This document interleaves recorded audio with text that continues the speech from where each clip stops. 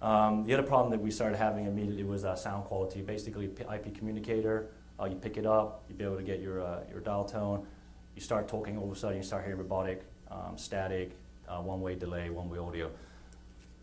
So obviously that was an issue for us. As we started looking at some of the codecs and the way that, again, we were doing the redirection, we're using the local resources on the thin client, when we started diverting them away and also playing around with USB redirect, we started finding that we were getting a balance. The other part was the versions that we started with and the versions that we ended with Zen Server and Zen App and Zen Desktop were a lot different. There was a lot of patches in between, and we found out that we were actually lucky enough to have Citrix AS come help us as a part of this project, or assist RKON and be able to do it.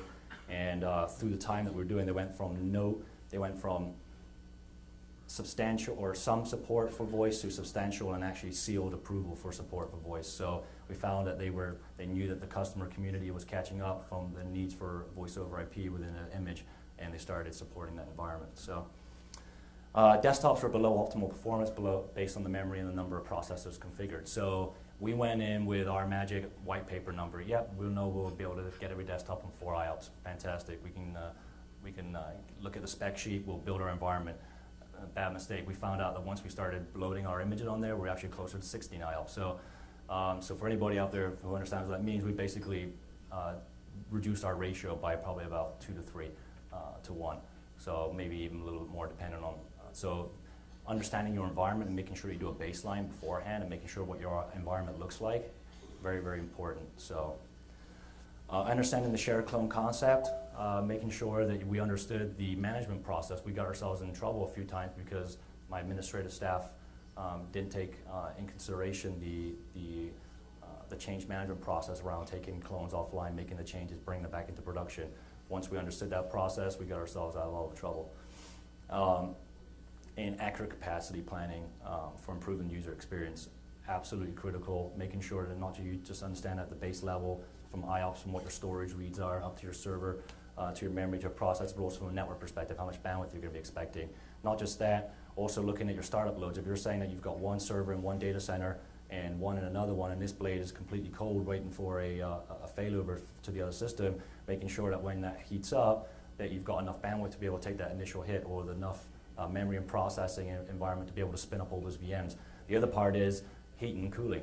Believe it or not, this low density, reducing your footprint's fantastic, but guess what? You know, C7000s and other blades out there, not only do they lower your KVA, but they also up your BTU. So we started finding that as you started putting multiple chassis in a rack, we were starting to get a lot of heat issues and the ambient temperature wasn't taking care of it. So big design consideration, make sure that you look at, again, everywhere from layer 1 through layer 7, don't miss any gap. Just because you're looking at VDI doesn't mean the rest of it has to be ignored.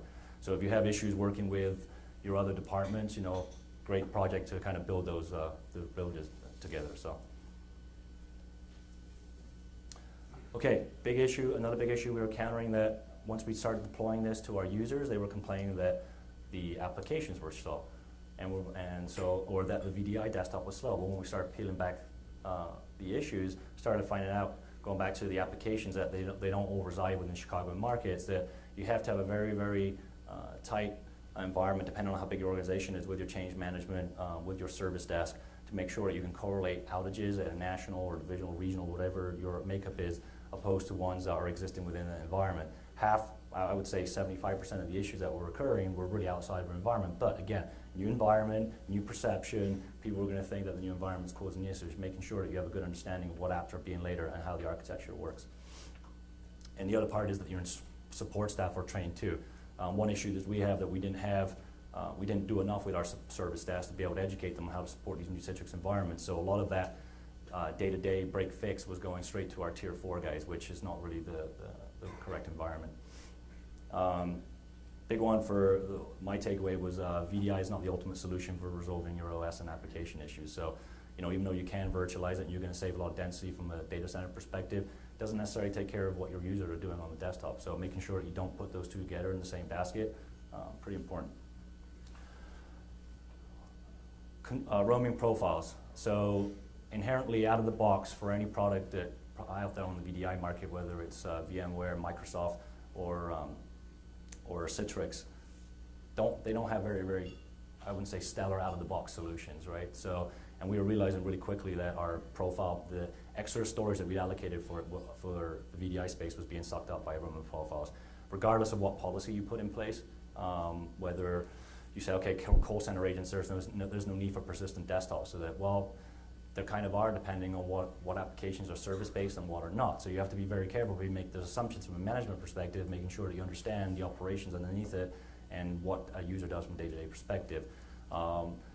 Your roaming profile strategy needs to be concise and clearly mapped out before you start on a VDI project.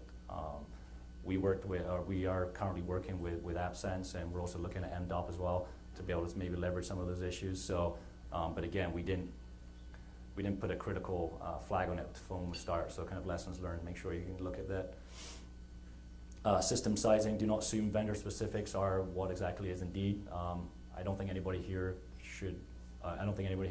who's would trust a white paper all the time, and if you do, then you might want to start looking at some other options. But white papers are a guideline, and that is it. Like I said, baselining your environment, making sure that you know what you're trying to support in your environment. Like I said, assuming 4 IOPS and going to 16 IOPS for a desktop, that's a big miss, and that's a big resource jump. So your ROI all of a sudden goes, out of the window when you start doing that. Stick with your plan as well. Don't deviate from plan. Making sure that more time you can spend in design and push back to I know the business always has their initiatives. This one was actually an IT initiative that we brought to the business. Usually it's the other way around. Business brings an initiative to us and we have to go make it work.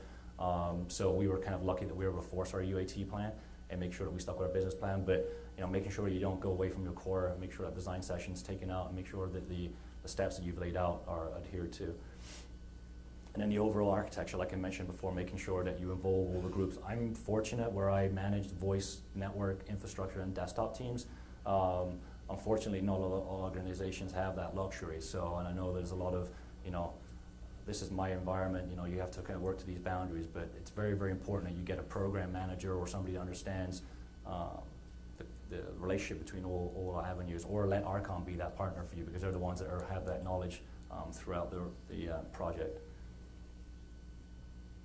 Okay, so what else do I want to talk about?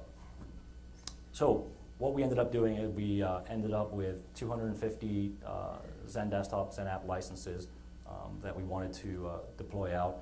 We currently have about 130 in production to date. A lot of that is based on the fact that we undersized our system initially from the get-go. We do have some room and capacity. The other part is that when we first started this, it was a regional project, and about, I don't know, how long was it before we got hijacked by national? About 4?